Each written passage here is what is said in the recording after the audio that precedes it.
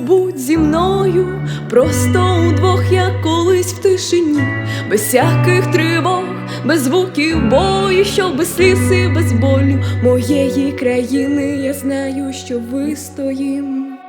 І я молюсь Богу за перемогу, що повернувся до матері син. Я просто чекаю і уявляю, як ти обіймеш мене, як колись. Навіщо сльози нам сивої матері, ночі втомлені, очі заплакані? Я буду сильною, вірною, вільною. Я чекаю на тебе скрізь біль мою. Повертайся додому живим, молю. Ти за волю стоїш з Україною. Все минеться і я тебе обійму, і так жадно за руку триматиму.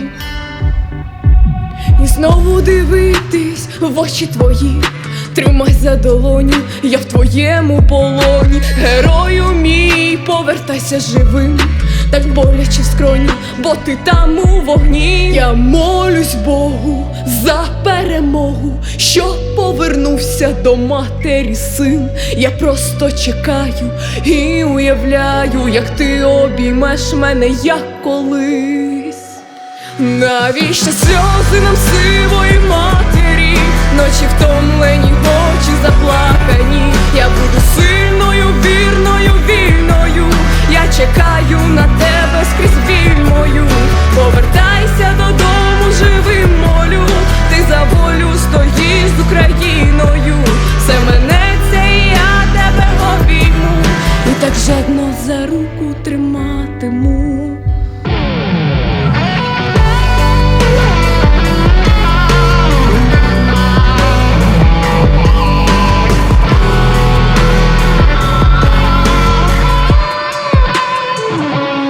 Навіщо сльози нам сивої матері, ночі втомлені, очі заплакані?